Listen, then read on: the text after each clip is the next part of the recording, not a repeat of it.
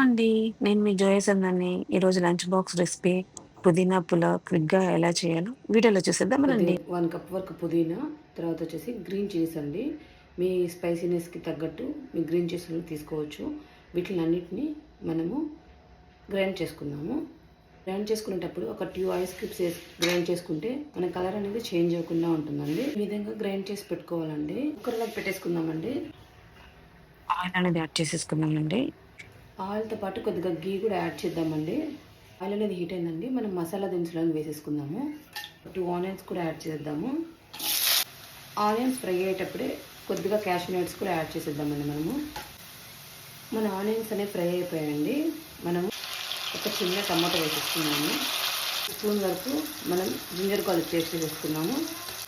ఇందులోనే కొద్దిగా సాల్ట్, కొద్దిగా పసుపు, మనం ముందుగా గ్రైండ్ చేసి పెట్టుకున్న ఈ పుదీనా పేస్ట్ కూడా వేసేసుకున్నామండి.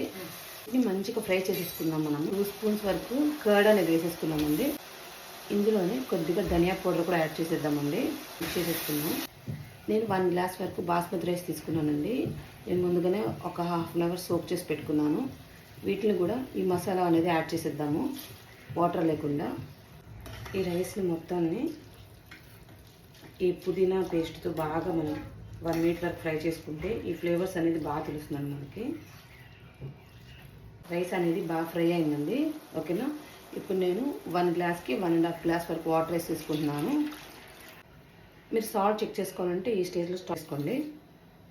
కుక్కర్ క్లోజ్ చేసేసుకొని ఒక 3 విజిల్స్ వచ్చేదాకా వెయిట్ చేద్దాం.